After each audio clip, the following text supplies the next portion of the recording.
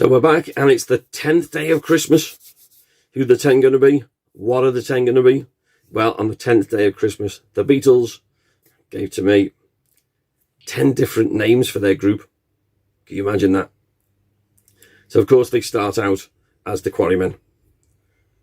They are then, for a short time, and we reckon sometime in early 57, they made a couple of appearances as the Blackjacks.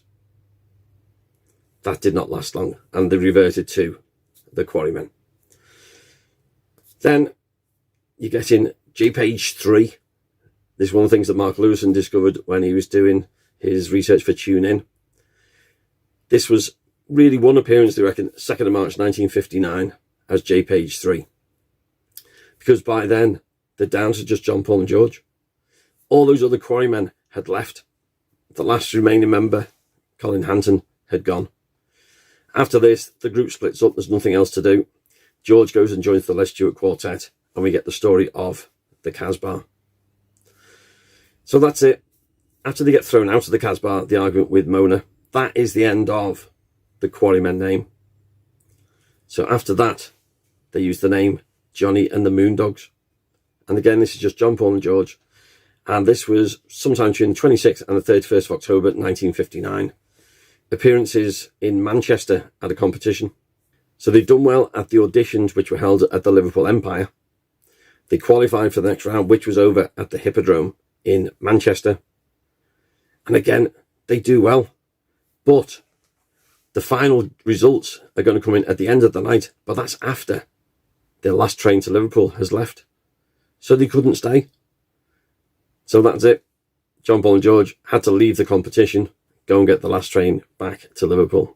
What would have happened? Who knows? After that, of course, Johnny and the Moondogs, they end up as the college band. Now, this was just end of 1959, going into the beginning of 1960. This is when Stu Sutcliffe has joined. And this is just the four of them then, John, Paul, George and Stuart, playing at the student dances at Liverpool Art College. And they were just known as the college group. That was it. No other title.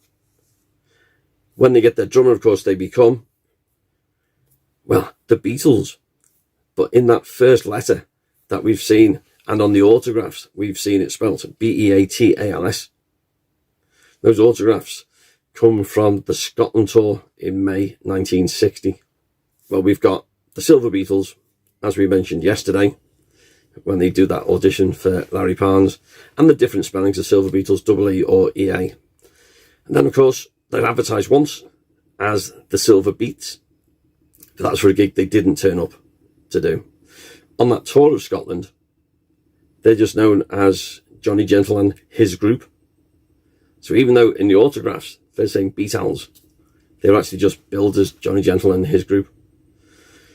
Until finally, sometime around the end of June or July 1960, they say, no, this is it. We are going to be the Beatles with an A, because that's what the man on the flaming pie said. That's another story I will tell you. So there we go. We've got the 10 group names. They finally end up as the Beatles. Suggestion coming from Stuart Sutcliffe in homage to their great heroes, Buddy Holly and the Crickets. If Buddy Holly can have crickets, they can be Beatles. So that's it for our 10th day. We're nearly there. On the 11th day of Christmas, what the Beatles are going to bring to me? Find out tomorrow.